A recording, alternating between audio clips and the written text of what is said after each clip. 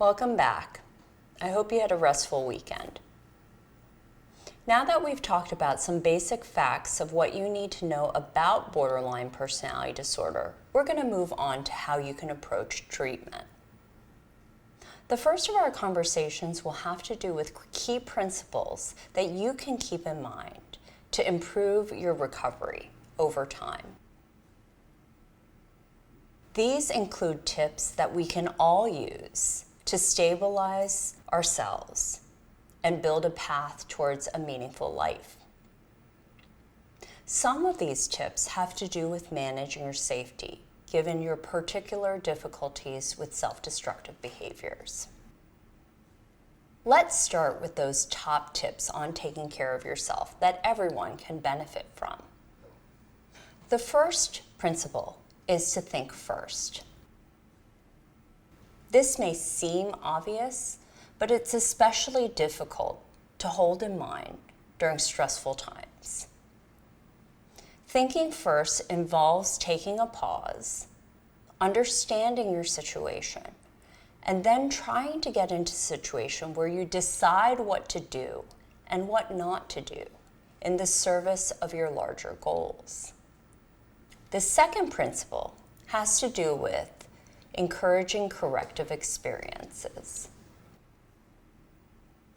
We all have maladaptive beliefs about ourselves and others that cause us to avoid engagement with life opportunities.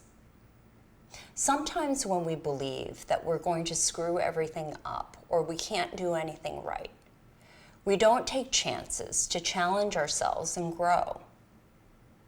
In particular, exposure therapies are designed to help people face the same stressful situation and see that they can in fact survive it and sometimes can have a positive outcome.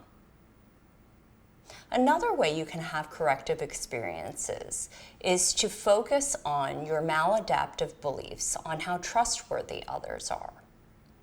When you think about using prosocial behaviors that improve your chances of getting the responses you want from others, you might have experiences in relationships that corrects your sense that relationships are always going to end. They can be preserved. When you can do this, you can learn over time that everyone is limited, but it's not worth giving up on the relationship because of that. You or other people will make mistakes, and they're forgivable, and we can work on them. The third principle is that it's really important to get a life. And this is important even when you feel like your symptoms are overwhelming. What this means is basically trying to overcome your avoidance, where you control your symptoms by dropping out of life. This is actually very common. So what I suggest instead is to face these challenges with some mistakes along the way so that you can have a sense that life can be different for yourself. And getting a life provides structure, activity, and forums for relating to others so that you can contribute in a positive way and grow. I know this is hard, but ultimately getting a life will help you do things that more definitively improve your self-esteem. That's what works for all of us to feel better about our futures. While these are general principles that everyone can benefit from, there are in addition other concerns that have to do with managing your safety during times you have urges to harm yourself or end your life. The first thing you can do in these situations is try to understand how you got there. Rewinding what's happened for you that started you down this path, understanding why it was distressing to you, and what urges you have can help you gain some control over what you do next. This can be really difficult when you're having high emotions, so it's also important to take a break and try to take care of yourself to calm yourself down and soothe yourself in a variety of ways that help you feel like things can get better. Sometimes this restores your thinking so that you can understand your suicidality more clearly. The last tip is to stay connected to others. We've talked a bit about how interpersonal hypersensitivity and the intolerance of being alone makes people with borderline personality disorder suicidal. So what I'd suggest is that when you're feeling this way, being alone can be very stressful. I would encourage you to connect with other people and start with things that don't revolve around your self-destructive urges. Take your mind off things.